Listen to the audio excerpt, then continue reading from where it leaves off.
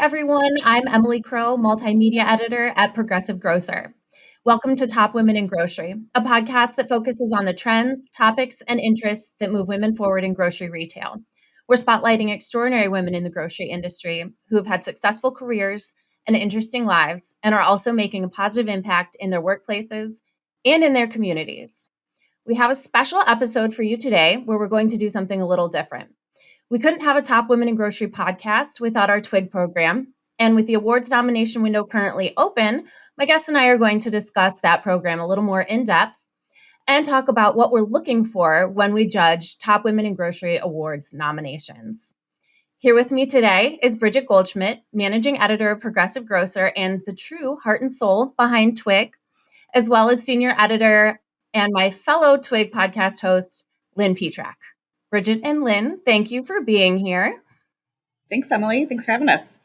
Yes, definitely. Absolutely. I'm excited to talk a little bit about TWIG. Last year, I know you kind of pulled the curtain on what everything looks like behind the scenes, and I'm hoping we could go a little more in depth and just have a conversation about what we're looking forward to and everything behind TWIG. Well, Bridget, to start, I'm hoping you can tell me a bit more about your background here at Progressive Grocer and with the Top Women in Grocery program. Sure thing, Emily. Well, I joined Progressive Grocer 20 years ago after working at a few other trade publications covering other industries. And I was here when the Top Women in Grocery program began, although I didn't get deeply involved in the event side of things until later on. I actually started out doing a lot of the behind-the-scenes stuff, keeping track of nominations as they came in, serving as one of the judges, hunting down headshots and stuff like that. Then I gradually got involved with more aspects of it, like recruiting speakers for our event and programming content. Wonderful. And Lynn, what's your history here at Progressive Grocer and your history with TWIG? Well, Bridget, who deservedly won a special TWIG award at our event in Orlando in November of 2023. She was one of the editors that brought me on. Boy, I think it was probably in the earlier years of TWIG when I was freelancing for Progressive Grocer to be one of the judges. So I've been judging it for a long time, and after freelancing for more than a decade, I think, for Progressive Grocer, I came on staff going on 3 years ago. So that's kind of my involvement with the program. And I've just always loved judging it in particular. Yeah, as have I. I am heading into my third year judging TWIG nominations, and I'm very excited to be a part of it again. Well, Bridget, you've obviously, like you said, been here since the inception of TWIG. What can you tell us about how the program began and sort of how it's evolved? Yeah, well, the Top Women program began as a way to recognize women in an industry that had traditionally been male-dominated, and it still was, although that was beginning to change.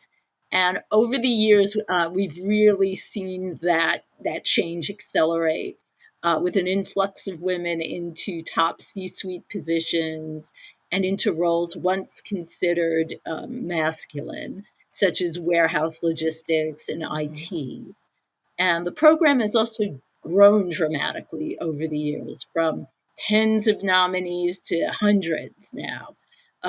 We currently average more than 1,000 submissions annually. So that's crazy. Yeah, I still can't believe it's that. Wonderful, but it's crazy. Exactly. So yeah, that's kind of how the program has changed over the years.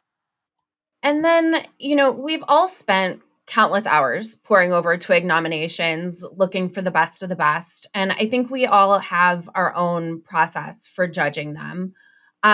Bridget, I'll go ahead and start with you. Can you tell me a little bit about what you believe makes a successful nomination? What types of information are you looking for? Sure. Well, for my part, I'm always looking for stories, detailed examples of what makes a nominee a top woman. And I like specifics with statistics, if available, along with anecdotes illustrating someone's leadership style and successes. That really brings it home for me as a judge.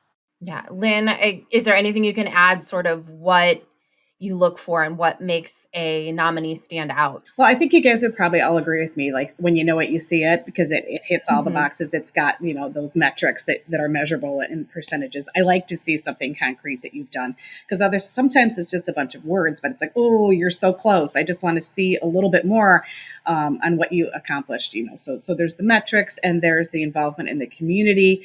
And it doesn't have to be a lot of things, but that's really important when we talk about, people who elevate their workplaces and their communities. So that's important. And, also, like Bridget said, the storytelling. So that really kind of differentiates it for me. And during the process, I tend to get a lot of maybes, like a lot. So I'll go back to them 3 or 4 times. And probably half of those end up going in the yes pile and half going in the no pile. But the ones that we see, we know right away because they have all those.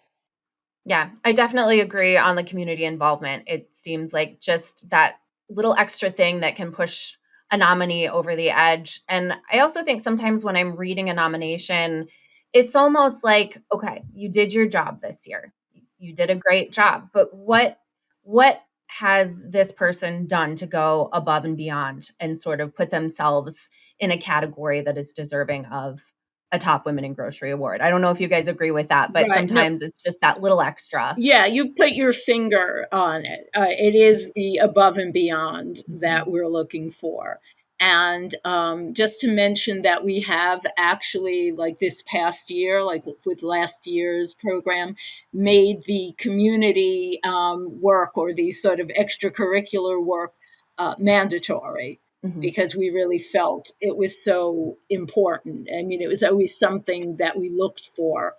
And that would enhance a nomination. But we really decided to make that a requirement because of how important we consider it. And organizational community involvement is kind of important too. When I see that leaps off the page, when someone mentors somebody within their organization, or they're a member of other groups, affinity groups within their organization, that always stands out as well. And do you think we count those as that community involvement? Do you consider those things as sort of the above and beyond? Yes, definitely. Definitely. It doesn't have to just be like, working at a food bank, as honorable and wonderful as that is. It can be any kind of activity that you do beyond your job duties. I think that's important to note, because sometimes I feel like in a nomination form, people will just leave that blank because they don't necessarily think there's something that counts for it. But I would definitely encourage people to sort of, look beyond and see what else you do, even if it's, taking someone for coffee or being a mentor to people around them. I think there's so much that we as women do that we don't necessarily think of as above and beyond, but might be. Yeah, very good point, Emily. Well, and sort of conversely, Lynn, I'll start with you on this one. What have you seen that makes a nomination less than stellar? That maybe, you think it is that it's so close, but it's not quite what you're looking for. Sometimes it's short ones. It's ones that I think maybe they were looking to be succinct and they were too short. And I'll write notes, and I keep my notes for a long time afterwards. I write like handwritten notes on there, like, oh, I wish there was more here. They're a little bit short. And also, kind of if they're missing those community involvements, if they're missing those organizational involvements, those are the ones that come up short for me. And it doesn't have to be crazy long, but some of them are kind of short, and I would like to see people expand on a little bit, especially the sphere of influence question, because I like to read into that one too. What's their sphere of influence within the company? So I kind of like, there's some stories that you can find in that section as well. Great. Bridget, any thoughts from you? Yes. Well, I totally agree with Lynn that some nominations, unfortunately, lack detail. And I agree that they probably meant to not sort of overburden us with a really long submission, but then we don't get enough of a sense of the nominee. And vagueness is a problem with unsuccessful submissions as well. If they don't go into enough detail about what the nominee actually does, and missed opportunities to provide that kind of concrete data that we like. like if you're describing somebody's success with a certain program or something like that, to be able to like actually give us specifics about how it helped sales or how it helped the company is really helpful for us when we're judging. And I would say that it is better to have your nomination as well ordered as possible, like with the community or extracurricular activity. If you place that in the section of the form where that's designated, it helps it to stand out. We don't have to like sort of like look through the nomination in order to figure out like what fills that box if it's right in the right box. Which is not to say that it's an automatic failure if you don't do that. It just makes it easier for us as judges to find that information and pull it up. Like you said, there's 1,000 nominations. Exactly. I mean, we do read them thoroughly. We work really hard at this, but when it's in the right spot, boy, that just really stands out. Exactly. And I would just also add that a clear writing style to be as clear and concise as possible. So like, try to avoid repetition. And to not include like really confusing inside jargon or mysterious acronyms that we might go and look up. Right. I mean, we're just editors, folks. Yes.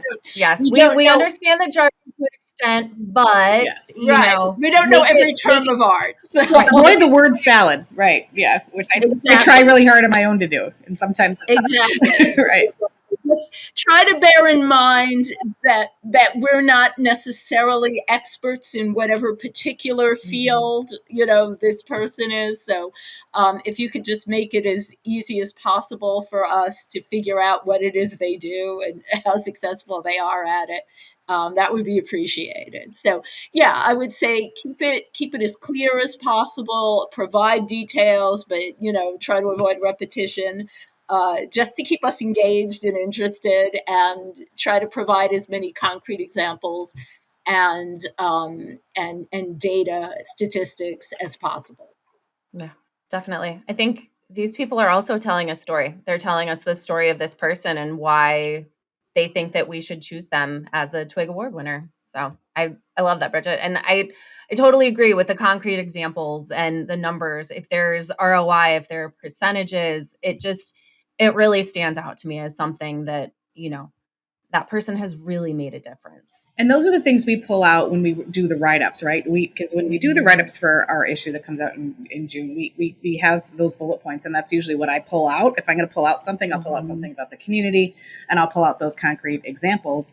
And then later, when Emily and I go look for guests for the Top Women in Grocery podcast, that's when I look for the stories behind it. Yeah. So we mine these submissions all year long. For a year, exactly. Forever, yes. Give us the best of the best. Right. And as editors, I mean, we naturally gravitate to stories. So, that's kind of like what we really enjoy most. So absolutely. I have to say, Bridget, something I love about reading a submission that you have judged, Bridget will highlight and write something that stands out to her. She'll say, this is great. This is wonderful. And finding those nuggets in those nomination forms is like, thank goodness. Like we are seeing exactly what makes this person stand out. And I think that's really important. From the editorial point of view, when I'm reading a submission, I'm thinking when we do the write-up, which things,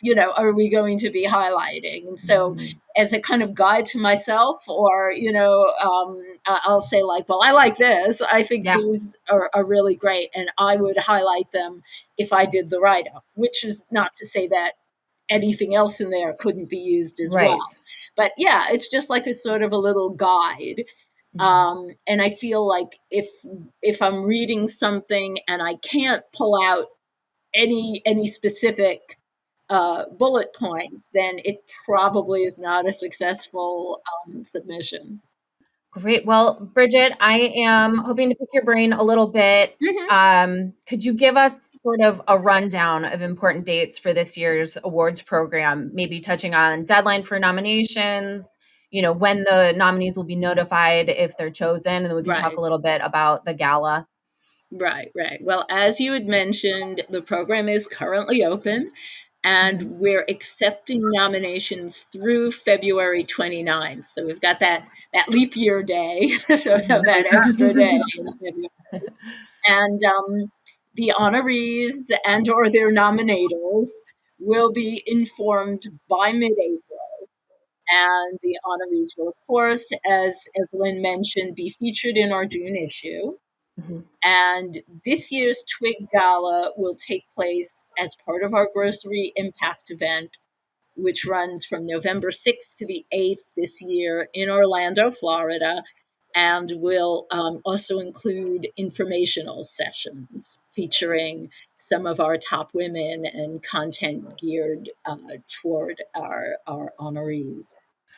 All right. Well, unless either of you has anything to add, I think that was a great rundown of everything we look for. And I hope this is helpful to anybody looking to nominate a potential top woman in grocery. We know there are so many out there, and we're excited to honor them again this year. It feels like we just had our gala and just celebrated, but we're ready to roll on another year. Absolutely. I think the only thing I might add, Emily, is that one thing that I've seen over the years are more CPGs doing it, more startup businesses, and there's some really cool startup businesses. So I would encourage people, if you think, I don't know if I'm the right type of company to apply, because some of the really cool things we saw were from newer companies. So that would be the only other thing I'd add. And I might add that don't be shy about nominating yourself. If there's nobody else to nominate you, we do accept self-nominations. That's perfectly fine. Just if you feel like you've got a story to tell and you feel like you have what it takes to be a top woman, then go for it. Perfect. All right. Well, Bridget, Lynn, I know we talk every day, but this has been wonderful. I appreciate your insights and for being here, and hopefully this is helpful. Thank you so much. Thank you. Thanks, Emily. Thanks, Bridget. For more information about the Top Women in Grocery podcast, please visit www.progressivegrocer.com/podcasts. You can also subscribe to this series wherever you typically listen to podcasts, including on Apple, Google, and Spotify. If you happen to have any ideas for a TWIG podcast topic, I'd love to hear from you. Email me at ecrow@ensembleiq.com. See you next time, and thanks so much for listening.